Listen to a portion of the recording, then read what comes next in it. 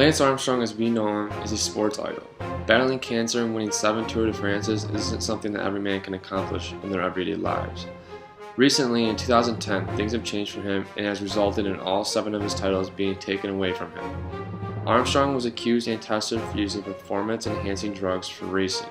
He found out that it was not all random people who called him out, but 11 of his teammates. Not only did his teammates give out information that he used the drugs, but also that Lance was also making the racer take them as well before the race.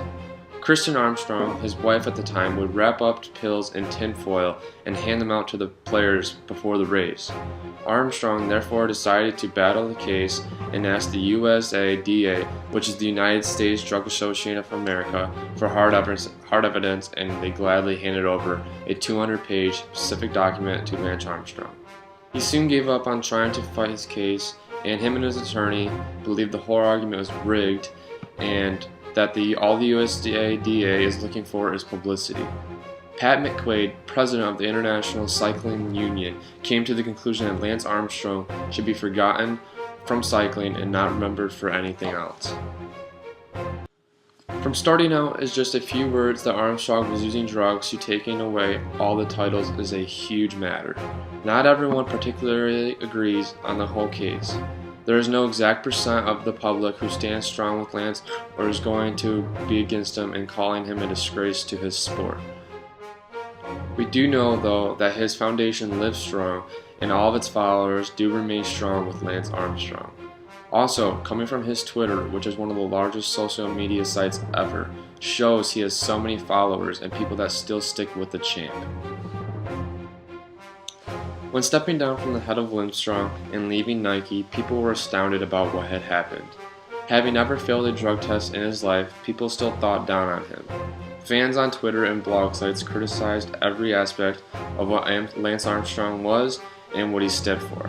Also, a few people opened up a blog site called nyvelocity.com, which opened the social media of this story.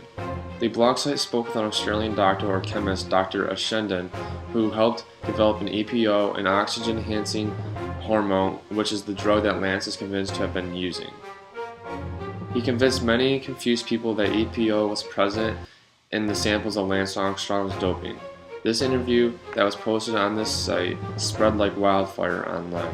Constantly, people were posting and reposting this to their racing blogs and everywhere.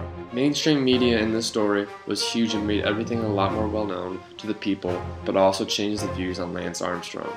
Starting as just Lance and the USADA arguing over about the outcome of his drug test or what is going to happen to him is a huge debate.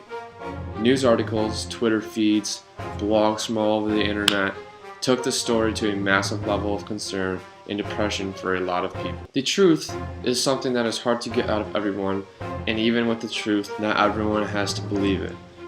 A true fan of Lance trusts in him and know he did not cheat and that the whole story was a scam, but so many people just want to strip away his titles into nothing.